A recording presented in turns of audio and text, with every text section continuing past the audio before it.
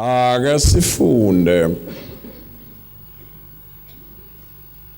ncwadi kaJohn, John chapter 21 from verse 5 to 11. Angiboni ungayikhohlwa leya namhlanje. John chapter 21 5 to 11. Amen. uJesu wathi ke kubo, bantwana, aninakho ukudla na? Bamphendula bathi cha. Wayesethi kubo, phonsani inetha ngakwesokunene somkhumbi, niza kuthola.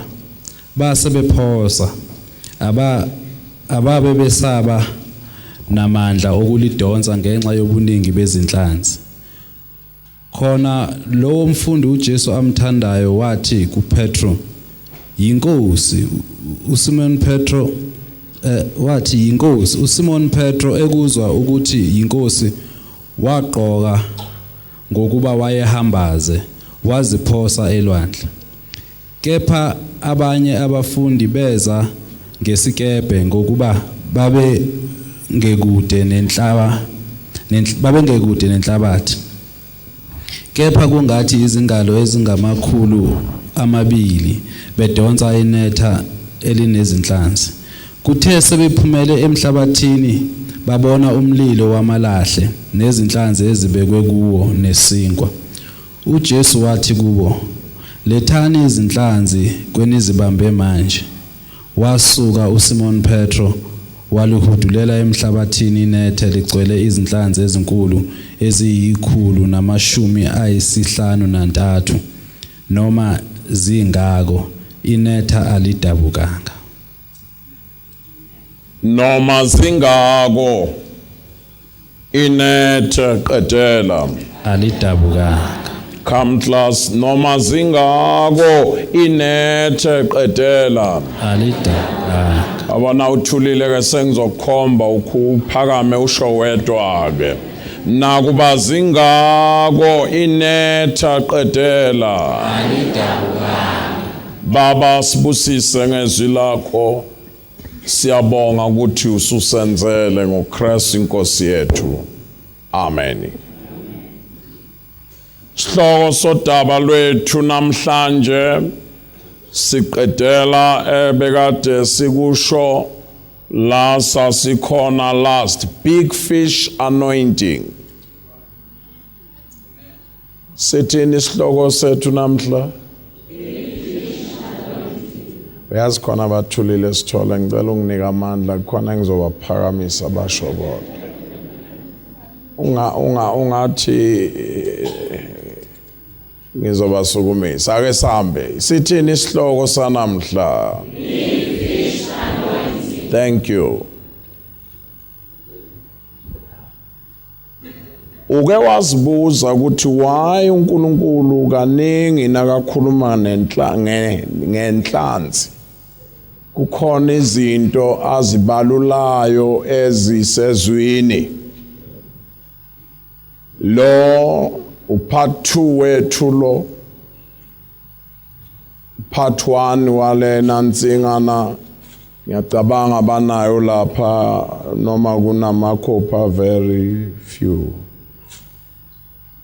Upart 2 wentshumayelo yethu lo. Kodwa ke sinithathe sinibuyise nje ngoba cisha abanye babe ngekho lapha. Why uNkulunkulu nakakhuluma athi ku-Adam no-Eva, zalanani nande, isiZulu kwesibeka njalo, nisixolele futhi ayikho enye indlela. Zalanani nande, gcwalisa umhlaba. Khona le ndawana ke khabazela besethu uNkulunkulu, nibuse phezu kwezinhlanzi. Angazi kwakunothisa inhloko. Why kubuswe nakhulunywa ngokubusa bese kuthiwa nibuse qedela phezu kwani? Why inhlanzi? Mawuthula ubheka ufunda iBhayibheli ungajahanga ungafundeli ukuyoshaya abantu. Ulifunde ngoba kuwukudla nje kuwe. Anboreki nangikhuluma kanje. Ningizwa nonke. Okay, asambeke. Uma uIsrael ephuma eGibhithe uke wanaka in the first miracle enziwa uMoses, Exodus chapter 7. Qale lapha ku verse 21. Umamanzi ejika eba yigazi. Amanzi umejika eba yigazi lithi iBhayibheli lakho okwafa la emanzini inhlanzi. Hayi khona. Why inhlanzi kufe yona la emanzini? Kusho ukuthi khona indaba la enhlanzini. Ngicela ukuthi siphinde sibuye la. Kodwa noma singasale siqhubeka mhlambe nosheshe ningizwe. Yini ungayifundi ngiyazi uphethe lakho iBhayibheli. Bazathi ngiyayikhulumela nje. Imfuduko 7:21. Exodus 7 verse 21.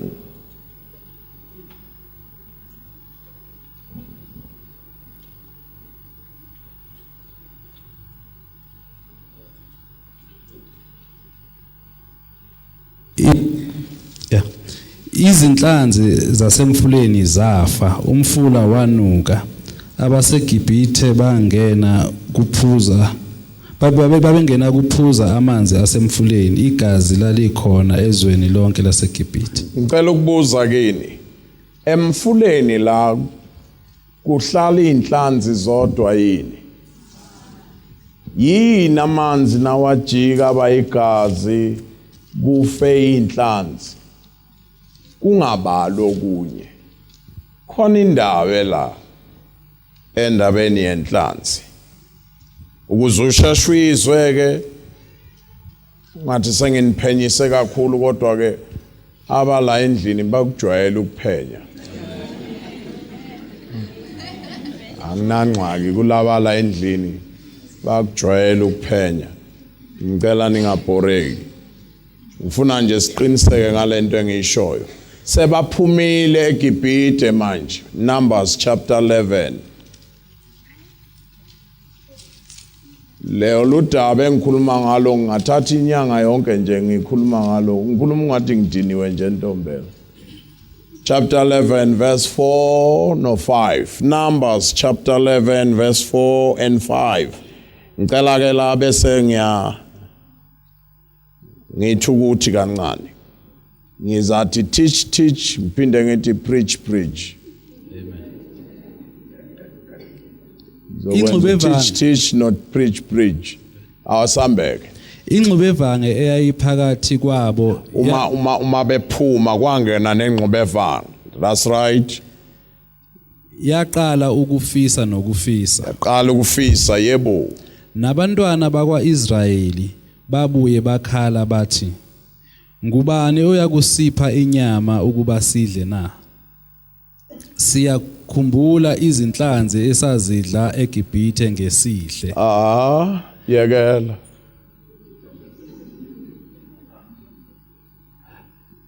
Bathi ubani uyenza njani? Awuphindele lo verse. Ngubani oyakusipha inyama ukuba sidle na? Ubani oyosipha inyama? Inyama ke inyama. Kodwa manje bayabalula. Siyakhumbula izinhlanzi esazidla. Why bakhumbula inhlanzi? And nabaphuma eGibhithe sondela ke sesiyemvuthwandabeni. Kuyeke lokho kunye.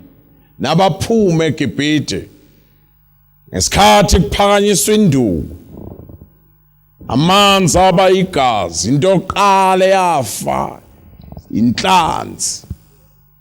Yathi inhlanzi ngafa qede kwanuka. zalana nande uNkulunkulu uthe nibuse. Yini nalelo singalifundi bazathi ngiyayikhulumela nje. Ngizwela laba bangakujwayelanga ukuphenya.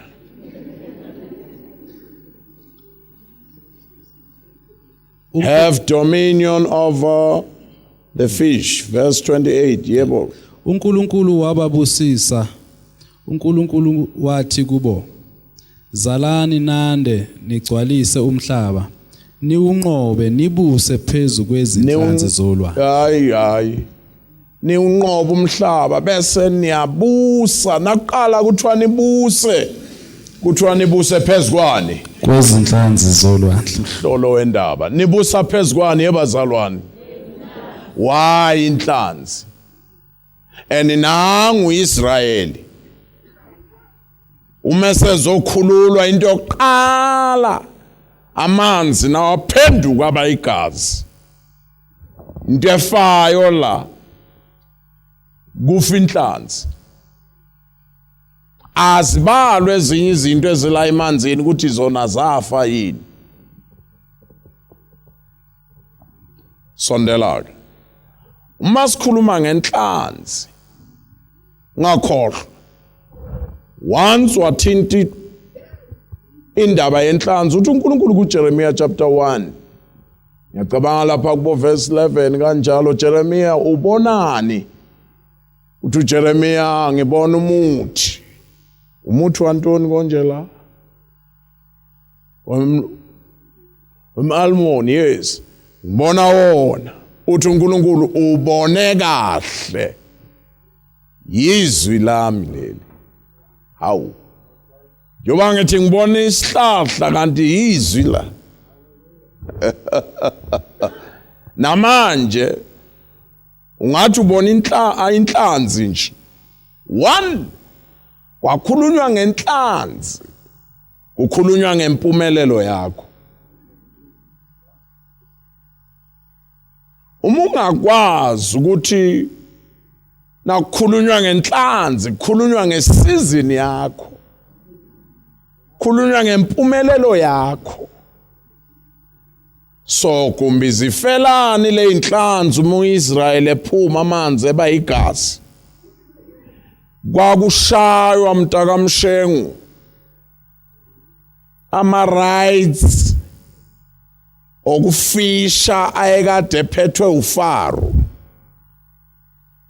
Ama-rights okudoba ayephethwe isitha. As long isitha ngingedwa mpela la. As long isitha. As long isitha. As long isitha. Sisaphetha ama-fishing rights. As long isitha. Sisaphetha ama-fishing rights. Sinamandla ukudlala ngo-Israel for 400 years. Kodwa once uIsrael ebuyela kuposition yokuthi kwathiwa masibuse phezu kwenhlanzi. Ukuphakama kwenduku kaMoses kwakulandwa ama-fishing rights. Esuke esitheni ebuya endaweni yawo. Le viki ke iviki lokuphakanyiswa kwenduku.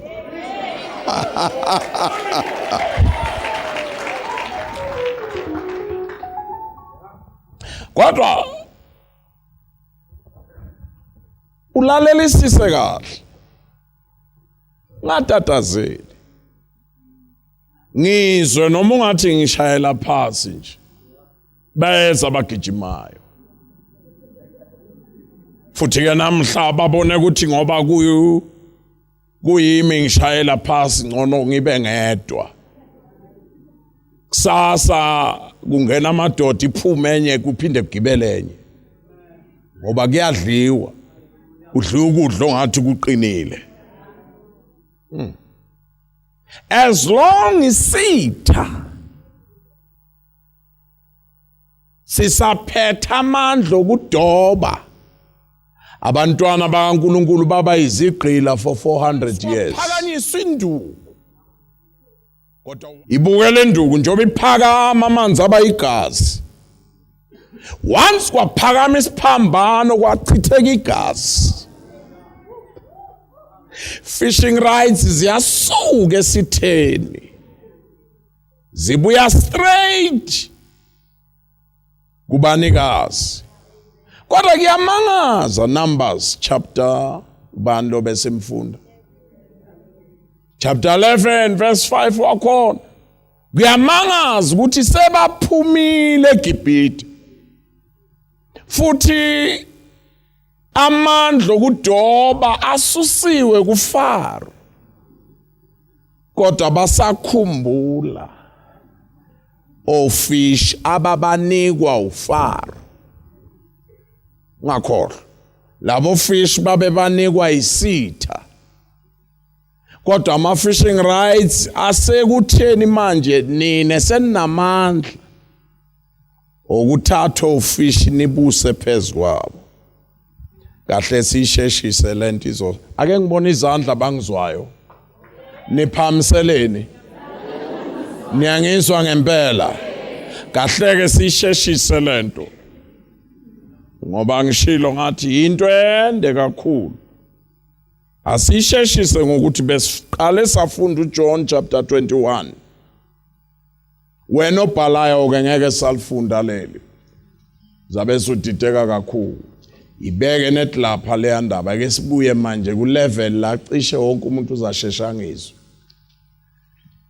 Mafunda iBhayibheli lakho Luke chapter 5 from verse 3 kuya ku 7. uJesu uyashumayela.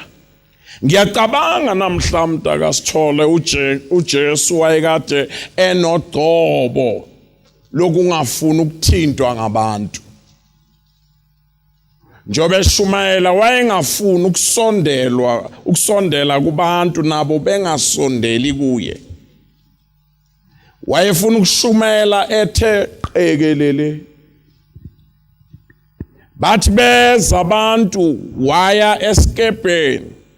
Wangena esikepeni kanti lesikepe esika Simon uPetro neyikhumbula lo ndaba.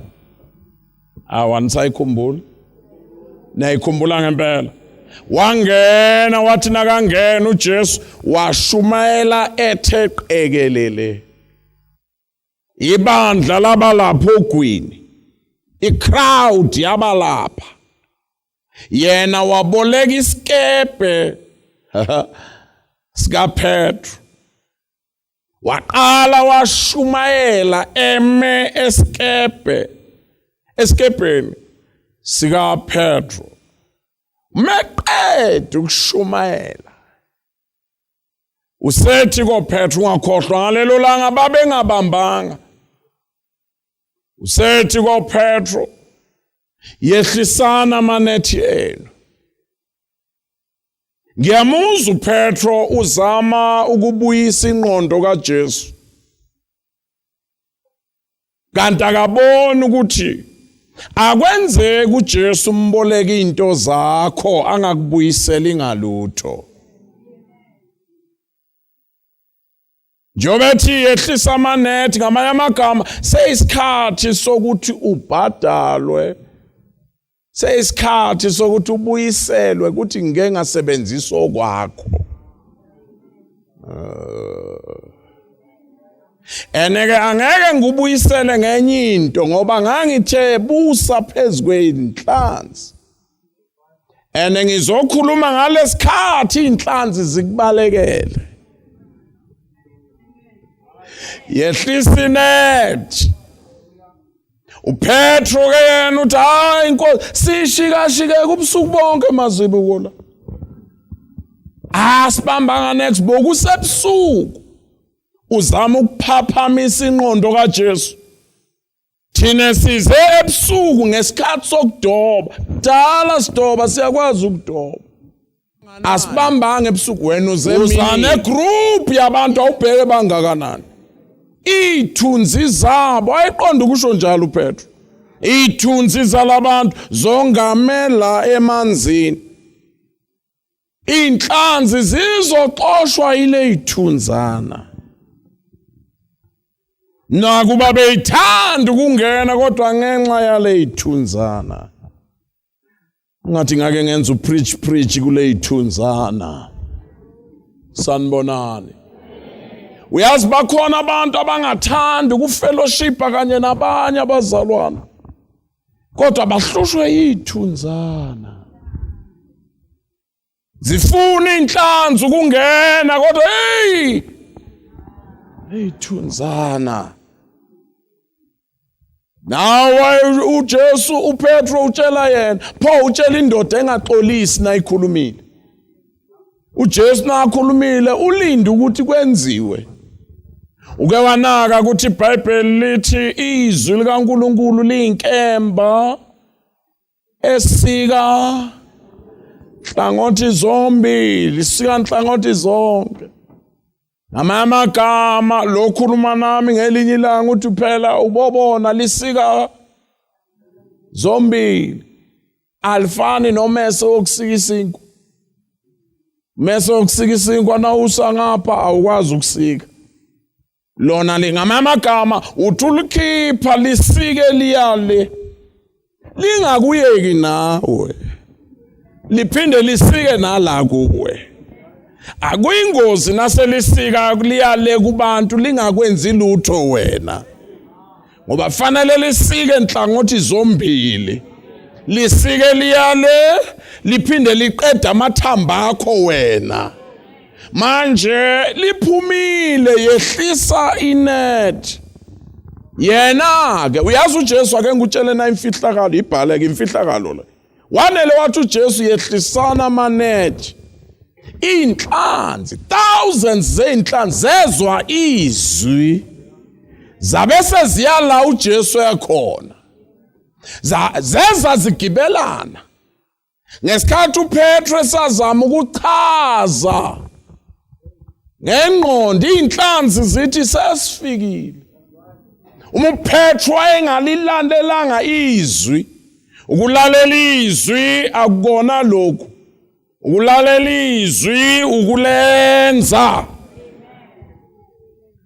Uma engalalelanga izwi uPetro, inhlanzi zazotshela uJesu. Wasibiza phela thina safika, lo uthi siye kuye. Sithe sila wangalenza izwi. Bakhona nabazalwana abanjalo ebandleni. Dala into zabo zafika. Nethi zifike kubantu zaze zajika ngoba abalilaleli. Qedela.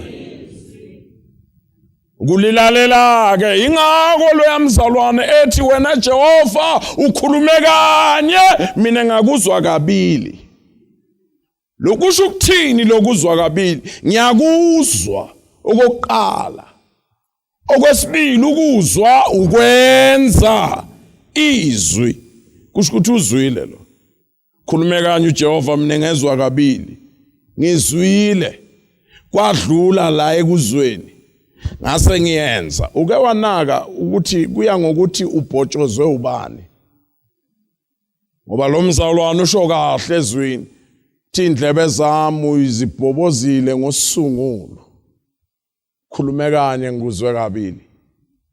Kuya ngokuthi ubhotshozwe ubani. Kulezi wabhotshozwa abantu ingako nangaqala indaba zabantu manje. Ungaze usho uphansi uthi awuphinde leyo mfundisi. Ngoba vele wabhotshozwa ngabantu. Nisangezwe. Zase zifikile inhlanzi. Zilinda usaloku uyakhuluma, ukhuluma ingqondo. Ema ukhuluma nomuntu ongaxolisi. Olinde ukuthi lenziwe. Wabona ukuthi le ndoda mosingathi ayingizwa lakho. Ukuthi yena wayehlushwa ile ithunzi zabantu. Sondela. Kanti akazi ukuthi uJesu nasathandile akabanjezelwa yithunzana. Sondela. Kukhona abantu abanezithunzana ebandleni. abacabanga ukuthi abantu ngeke bangene ngoba naku banale izithunzana. Kanti nasafikile yena ekhweqa umkhono usebenza izithunzana zikhona nje. Wathi ngenxa Yesu. Wanele wathi ngenxa Yesu wathi sengiyalehlisa. Wanele wathi sengiyalehlisa inhlanzi zathi that's right. Kunini silindile? Zavele zangena. Yathi ngenile enye yaphinde yangena enye. Lithi iBhayibheli lakho bamba ke lokho. Inet qedela. Anginizwa inet qedela. Sisakhuluma ngala. kuMatthew. Ubani uMatthew Luke. Inet la laqabuka ladabuka la. Ngoba zangena. Yathi ngenile enye yanye yaphinde yangena. Bahluleka nokulidosa zibizwe izwi. Yazi ngilindeni. Bengilinde yena amen.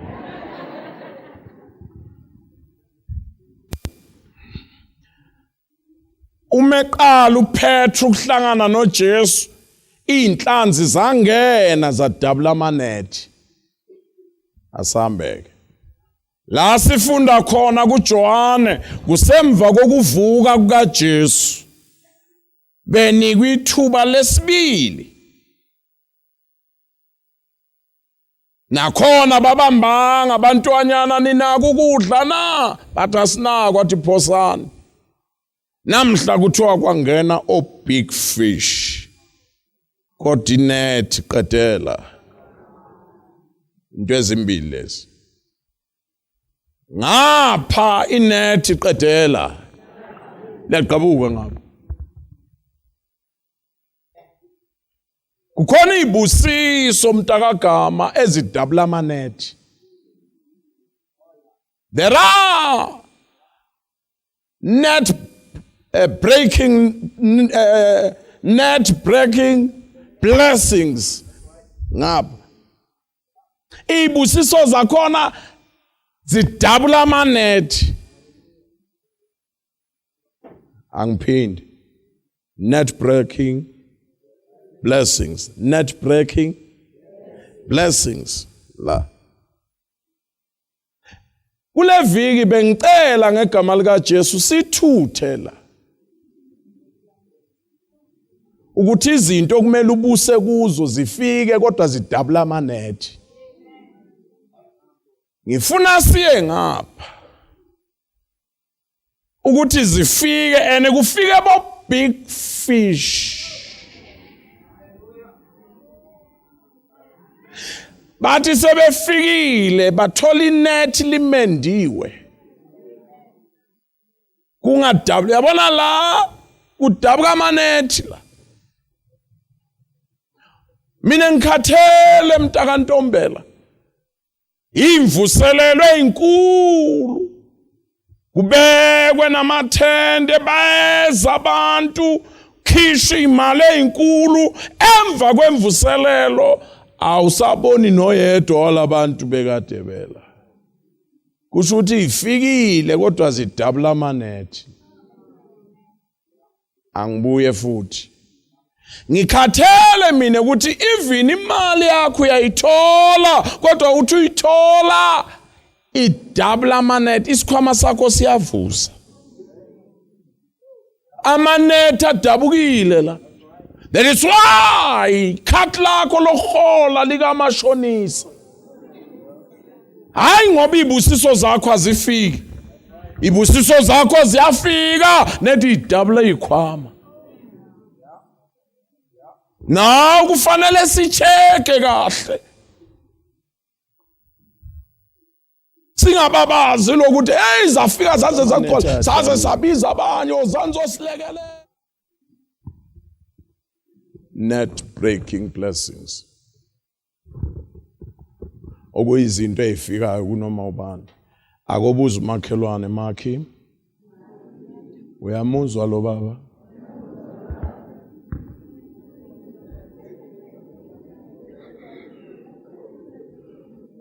hey uyabona ke mntaka Sithole nangathi ngize la ngingehla ngize ngifike phansi njobo ungasindiswanga nje yonke into yakho ihamba kahle una yonke nemali uyayibona iyangena kodwa uphethe futhi nasemsebenzini uphethe iqiniso lelo unesikhundla esingaka khona abantu nakufikwa nakuyiwa kuwe kudlula kwabantu abathile kuyofikwa kuwe kodwa ukumangazayo uthi uqeda ukuhola uboleke kulabantu obaphethe wena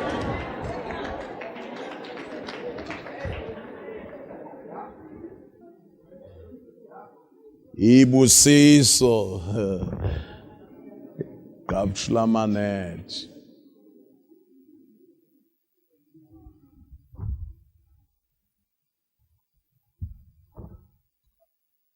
Asmendelenet lithi iBhayibheli ngapha vele niyasuka nami ngale ukhona osahleli ngapha usafuna futhi kuphinde kuqashuke namanje asithuthe ngapha sisi mina nje ngithuthila ungiboni sengisondela ngapha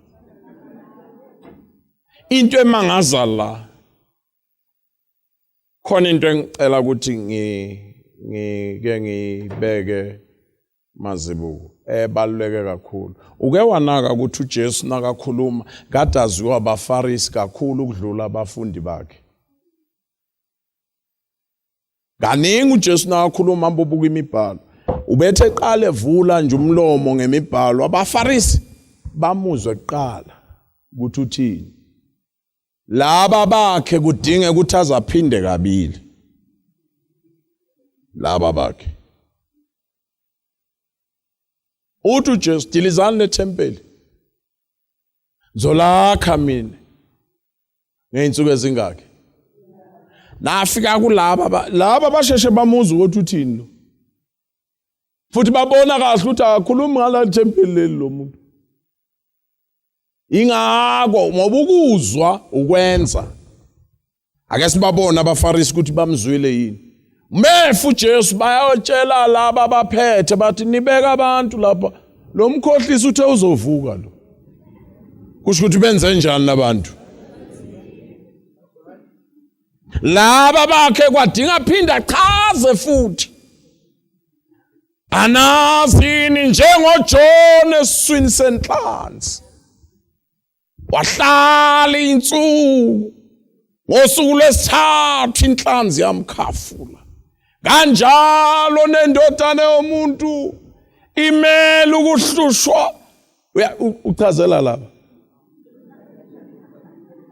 ake sibone laba sebathola incaziselo engaka ukuthi benzani nakafa nje uJesu abaFarisi bona bayala bathi nibeka amaphoyisa uthe uzovuka that is why kwagadwa la futhi babegade nje ukuthi nakavuka nimgwaza phinda abuyele khona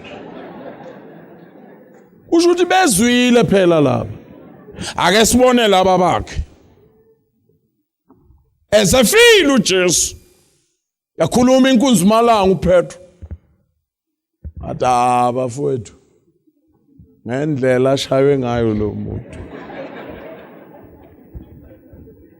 kavuke lo muntu mina ngiyahamba ngiyodoba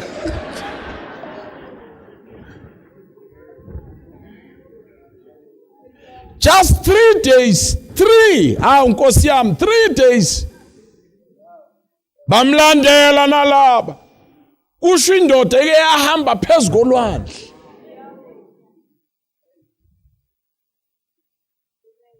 hamba ibuyelele enhlanzini ayodoba bahamba naye laba obana bezwile kulama group amabili anginizwa obana bazwile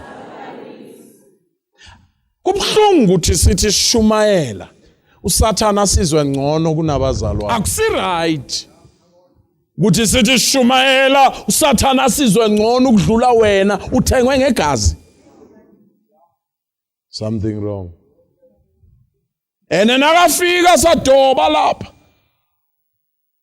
uJesu yafika bantwanyana nakudla abamboni.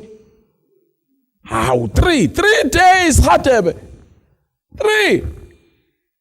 Hayi ke ngiqedwa yilaba babe eMaus. Bakhuluma indaba zakhe. Bathi besibeke elikhulu ithemba.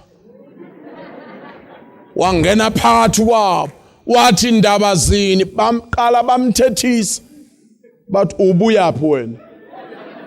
Ongazazi indaba ezingaka. Awazi ukuthi lapho esibeke khona ithemba ubulewe. Bamenza isilo sengubo lomuntu kaNkulunkulu. Lithi iBhayibheli waqala uJesu wakhuluma ngemibhalo. Sondela. Kusuka kuba prophet. Sondela. Wakhuluma bamlalela. Hey Maru Jesu. Izwi libalulekile. Ngoba phela le ndaba uma kwakuyimi nje ngisendaweni kaJesu uyayilula kabi lento ayingadingi nje ngiyodraya ngiyoshona kubo Moses le. Sebengithethisene kungithethisa. Ngoba na amanxeba ngiyovela ngithi yini le? Kanti bengitheni kini? Zanga khombisa amanxeba. Wabala imibhalo. Ngoba abantu ababona izinto ezibonwayo abahlali. Abantu abahlalayo, abantu abasekelwe emibhalweni. Abantu ababona imangaliso, baphinde babuyele emuva. Ingako nalaba bahamba phezulu kolwandle baphinde babuyele emuva. Kudinga ukuthi basetshenzwe ngezwi. Wathi nakhuluma izwi lona lilodwa mntakasithole. Walikhuluma bathi nasebeyongena emzini. Lithi iBhayibheli uJesu washaya ungathi uyadlula. Hawu lelo gama wazi lelo.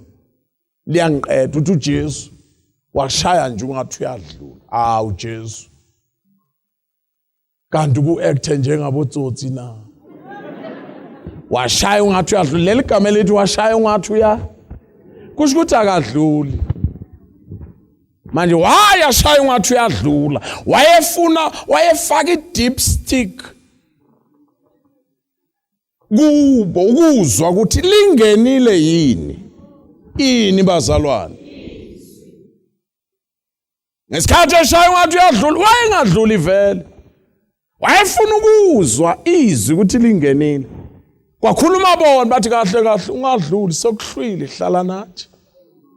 Inhliziyo zethu ziyafudumala. Ngoba izwi kuphela elifudumalisa inhliziyo. Uma kwabekwa lona kukhona izinto ezenzeka la ngaphakathi. Bamcela bathi ungadluli Nkosi. Jesu wabona ukuthi ingenile ke le dipstick. Yezwi. Hayi ama signs. But the word. Wangena wathi nangena nabo babeka isinkwa la. Wasihlephula. Eqeda kubonga wanele wahlephula isinkwa avuleka amehlo. Hawu inkosi le.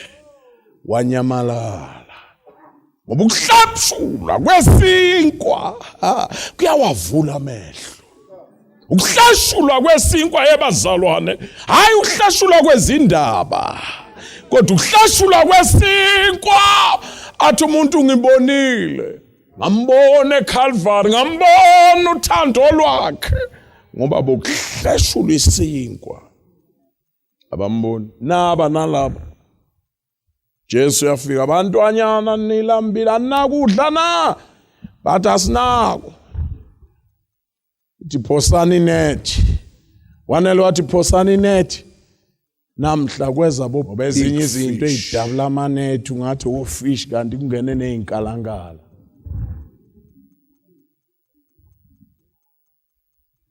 Kwezo big fish. uJohane wagijima waya kuPetro. Inkosi. Wathi inkosi. Lithi iBhayibheli uPetro waqala wambatha. uyabona kusho ukuthi wayesedoba ngendlela angakazi adobe ngayo. Doba ngosheleni. Ngicabanga ukuthi nale inhlanzi lezi zasingezi nje zayimangalele lokho nje. Ne mic yakhe ibheke kuzona. Zithi inhlanzi uyadoba yena kodwa hayi.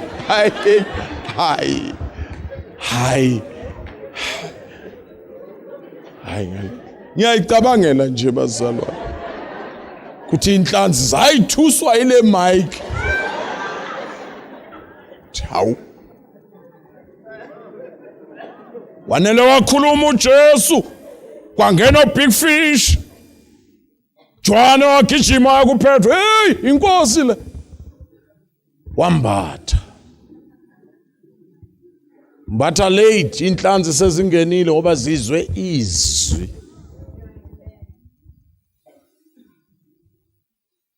Lithi iBhayibheli nakuba zazingako inethi qedela big fish anointing. Unyaka wakho lo.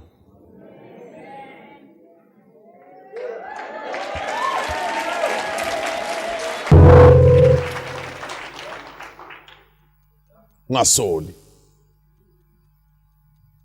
Why izinto boyifuna zingenzekanga uye 2007 and 4 and 3 kodwa lo 2000 and say it again 2000 and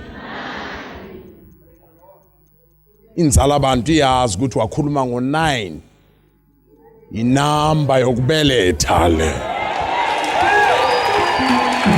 namba yokubeletha.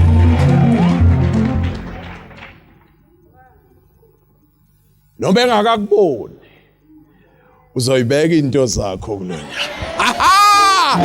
Ngiyayibeka kodwa ungisize. Akukho ukubeletha ingekho imihelo.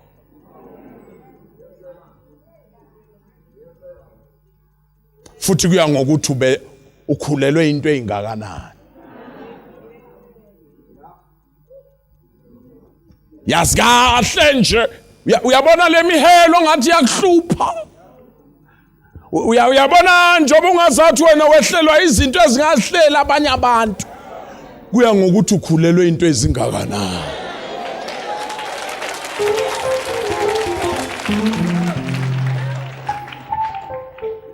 Khona incwadi Hadebe ngake ngayifunda la. Ayithatha kunhleko yasobukwe. Inezinto eziningi nje lencwadi sikhulumayo. Usethu umbhalo wayo kwenye indawo. Inja yabiza indlovu. Yathi awuzele. Yes indlovu. Yathi awukhulume kahle. Besikhulelwe sobabili buka. Uma ngabe zayihamba amakliniki yayizasho nje. Buka. Besihamba amakliniki nawe buka. Mina after 6 months na imidlwane yami ngiyibekile. Wena uphelile lo nyaka odlule nalo nyaka na uyaphela 2 yeminyaka iyaphela uloku ukhula kanti uyobeletha nini wena? Ungathi nami sengizaze ngu-overtake ngiphinde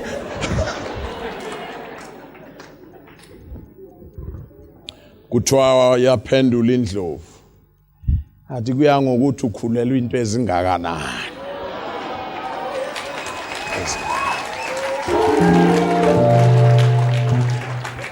Ithi indlovu yabona le nto la akusimidlwane le.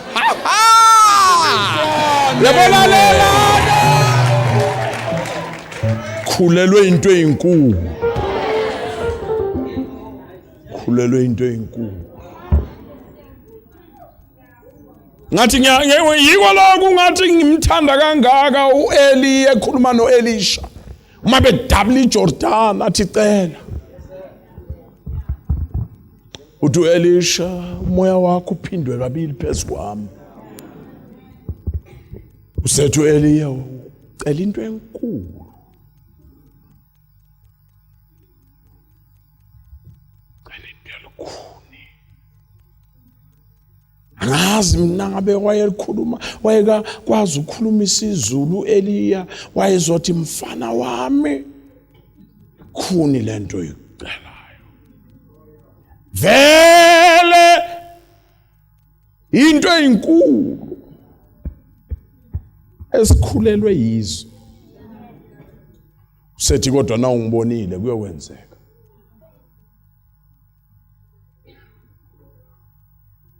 Yena wenza 16 miracles. Lo ngoba vele wacela into eyinkulu. Wenza 32 yama miracles. Kodwa sondela mntanami. Lo 32 esaphila wenza 31 miracles. Wafa uElisha. Wafa engayibonanga i-double portion. Mangabe zazi khona ikhulumi Hatebe emncwabeni wakhe zazisho wayefuna into eyinkulu ushode ngewani.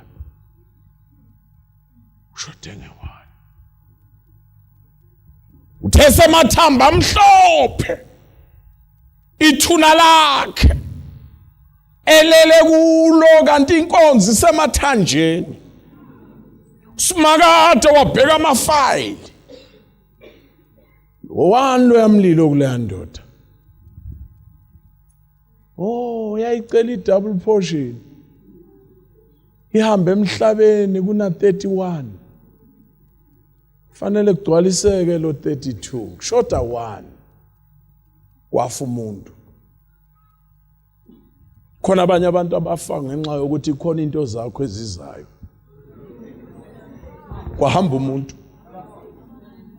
Bengithi mina kwahamba umuntu. Bamthatha bayomncwaba. Izulu likhiza bafika kuleli ncwaba kanti lileli indoda kaNkulunkulu seyimathamba amhlophe. Bafike bajikijela le ndoda babuyele ekhaya. Kwahlangana ukufa kuhlangana nokuphila. Indoda lithi iBhayibheli yavele yasukuma. Bathi bangena emzini begijima nalo. Wabe ngena na begijima na. Bamba kahle. Akusenzeki ephila. Somathamba amhlophe. Ngathi ngabe sengikhuluma nabafundisi ukuthi khona izinto ezinye uzoyibona umangale ezinye ungayiboni kungakuxaki. Uyothi somathamba amhlophe. Wemama wami ngakhathazeki. Ngalinga uzoyilimaze uzungenwe nayi hyperpeta ungenwe nabo sugar dustbin ngenxa naba abantwana bahleli lapha esportini. Qhubeka wena ulahlele inyembezi. Uyothi somathamba amhlophe. Avela uJeki. Athi uJesu wasindisa impilo yami ngakusindisa nawe. Ithinteke lengane ithi into yasekhaya ke le. Awusekho wena sokugcwala ngoba izithembu uNkulunkulu akakweledi umuntu. Akakweledi umuntu. Nikuphi? Anginiboni nikuphi manje? Mhlambe le verse lizonenza nicace ukuthi nikuphi. Ecclesiastes chapter 9 from verse 11 to 13.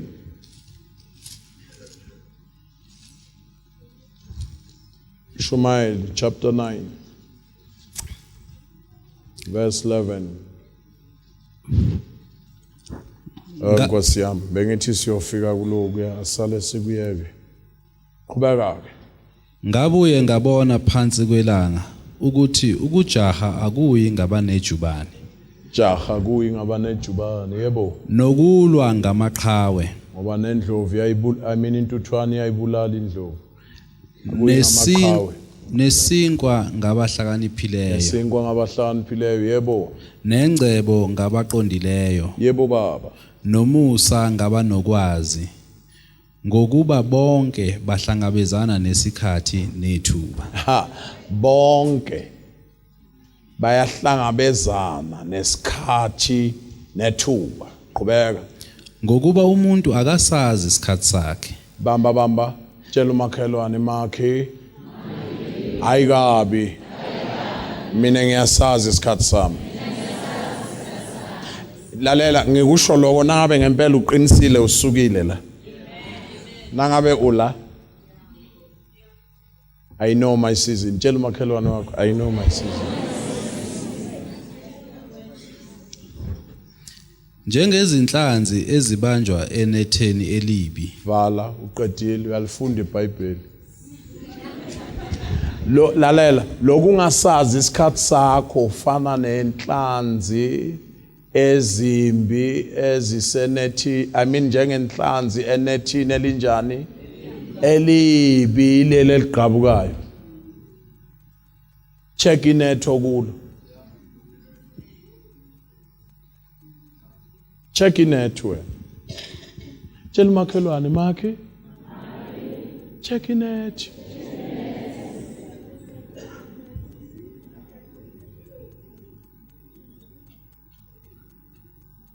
Oh, amen. Ningabe ningapha? Niqinisile bazalwane ningapha? Thinta umakhelwane umnika u5 futhi hi big fish.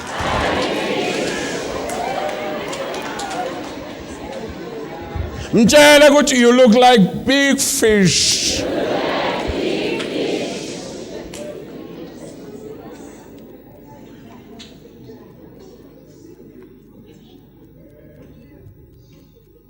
Niqinisile ngempela nonke ningapha yebazalwane? Zabuya into zakho.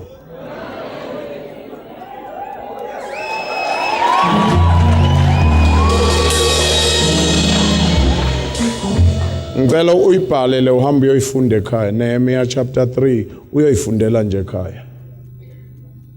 Nehemiah chapter 3 verse 3 wakhona ukuya lapha ko verse 6 ngiyabona. Kodwa uyifundele nje. Lapha uzothola kwakhiwa amasango eJerusalem. Come class, kwakhiwa ini? Sondela. Nakwakhiwa lamasango eJerusalem. Lethi iBhayibheli isango lokuqala balivusa lavuswa abapristi. Bavusa isango lezimvu. Uma beqala nje bevusa amasango. Uyazi futhi kuyamangaza hadebe ukuthi iJerusalem lidilikile. Washiswa nayo yonke. Kodwa naqala kwakhiwa kwaqalwa ngamasango. Okufike kungiqedeke bayeka wonke amasango basiqala ngesango lezimvu. Bavusa lona. Kanti ababoni njoba bevusa isango lezimvu bamisa uJesu uqobo lwakhe. Athi mina ngiyisango. Ongena ngami uyasindiswa phuma yabona idlelo. Emva kwaloko buka isango elilandela lapha. Kuthiwa kwavuswa kwasuka. Ifunda. Ngoba ngathi wena uyafika impela wena.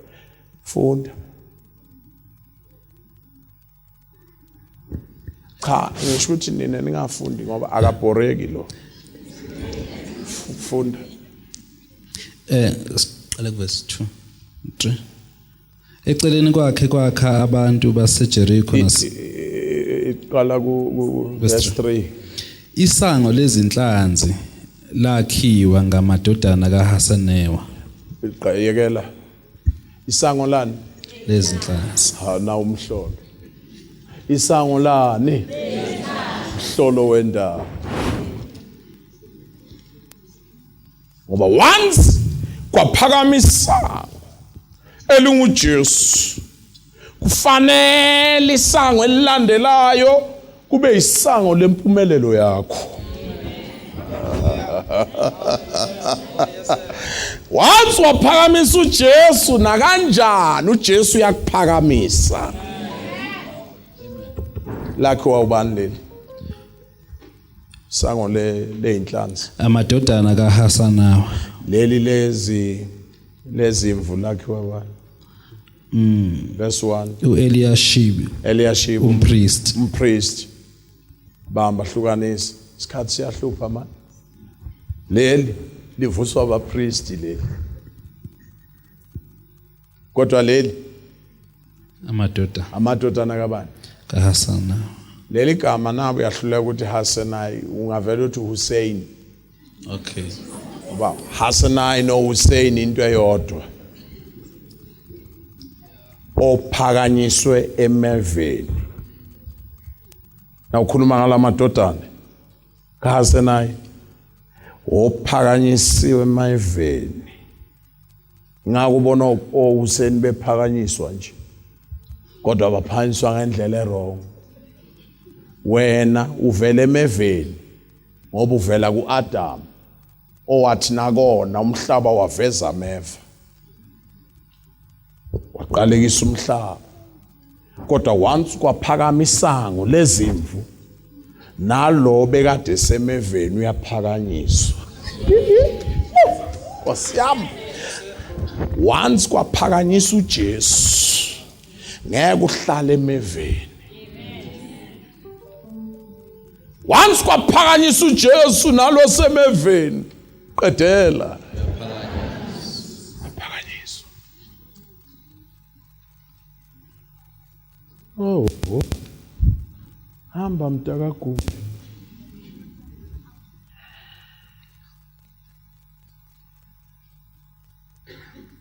Ngifuna namhlanje abantu abathi mfundisi ukhulume ngami.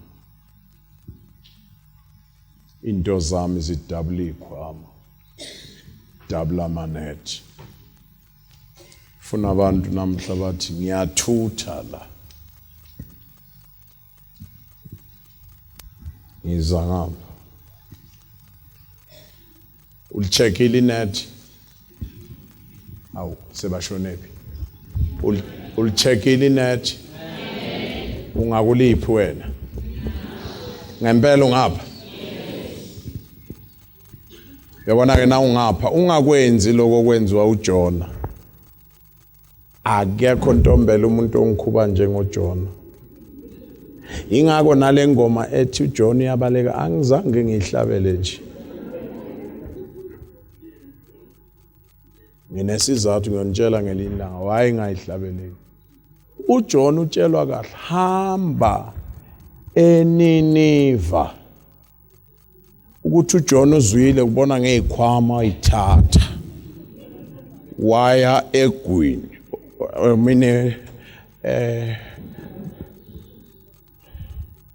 walinda umkhumbi. Kusho ukuthi uzwile ngoba nazi impahla. Waqhamuka umkhumbi. Ngiyacabanga babekhona wayememeza la ukapteni nayo. I mean no. Nineva na Nineva.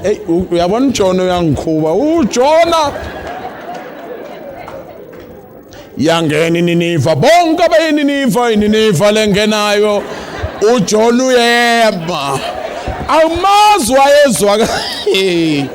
Bonke abeyiNiniva uyema. Bangena bayeNiniva. Wema. Waphinda lo. Iyasuka ke manje iNiniva iyasuka. Bonke abayiNiniva yasuka iNiniva. Yasuka ngempela yahamba.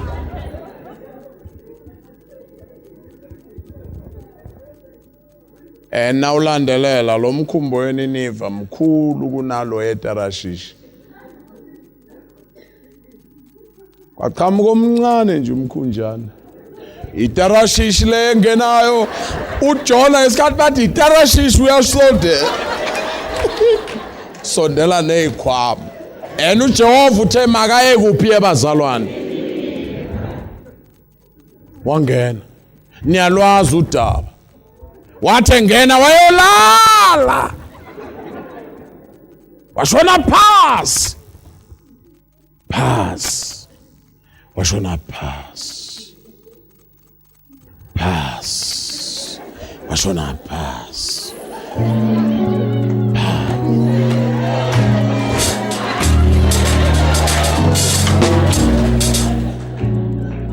Qedela nakafika khona.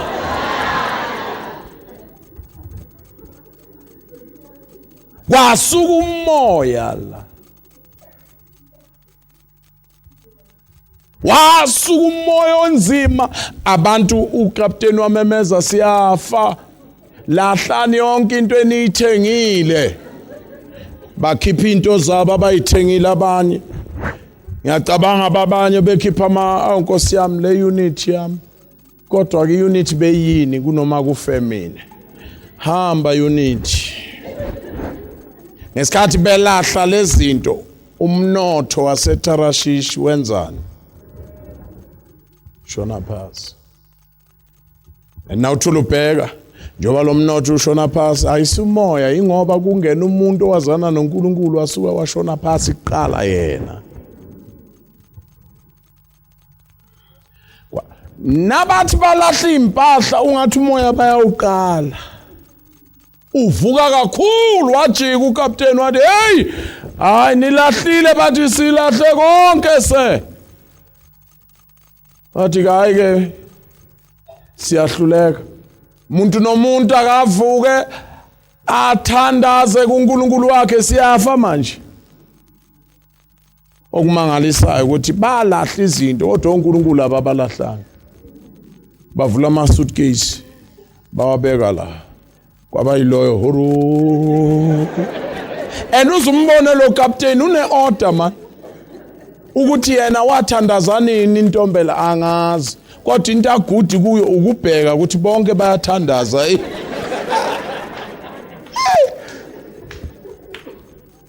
Fika kulaba horo, that's right. That's right. Wafika kwabanye babheki ilanga phezulu. That's right. Akusujona yedwa khona igroup enye yayimele lapha. Wafika kulaba athi aningizwa. Thandazani nimele nini ningathandazi la. Bathi sondela la, sondela. Wasondela wathi lalela. Uyabona wonke umuntu uthandaza uNkulunkulu wakhe. Thina wethu akakaveli. Uthi muphi lo ngakaveli. Ndiyababo laba bathandaza kwilanga. Silinde wethu inyanga. Ake kuthi kuba mnyama uzosibona. Uzosibona. Ngambona ukapteni athi okay nina nisalinde uNkulunkulu wenu ke. Wafika kuJona qedela uJona enjani. Wathi kahle ungalala kunje. Wavuka uJona. Muzo nakavuka. Yabona ukuvuka kwakhe kungilethela amahlobo imvuselelo yebandla yokugcina. Evuka nje wazisho ngingumHebheru wamaHebheru. Yamesaba uJehova. Thathani mina. Njoba kunje thathani mina. Kapteni wathi kahleke wo. Wonke umuntu ayeke ukuthandaza ozani ngapha. Bayeka phakathi bethandaza. Wanele wathi ukapteni inkingi ingapha. Bathatha uNkulunkulu bavala. Imvuselelo yokugcina ke leyo. Uma ibandla livuka kuzovalwa abanye uNkulunkulu. Kuzobona wethu.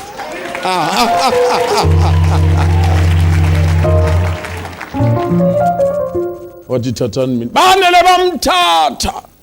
Bamjijelelwa. sondela mntanami. Kwase kukhona ini la. Ay man, why inhlanzi kangaka? Especially eyenzelwe wena. Kunenhlanzi kule viki. Nangabe unefika ilinganisele wena nje. Nangabe uyindlu yasemakhaya iRondaveli into engahaki. Ilinganiselwe wena. Sondela. Imsaphi lenhlanzi entandweni kaNkuluNkulu. Izwi lenkosi leli bandla lizothi amen. Mekhono thi sizame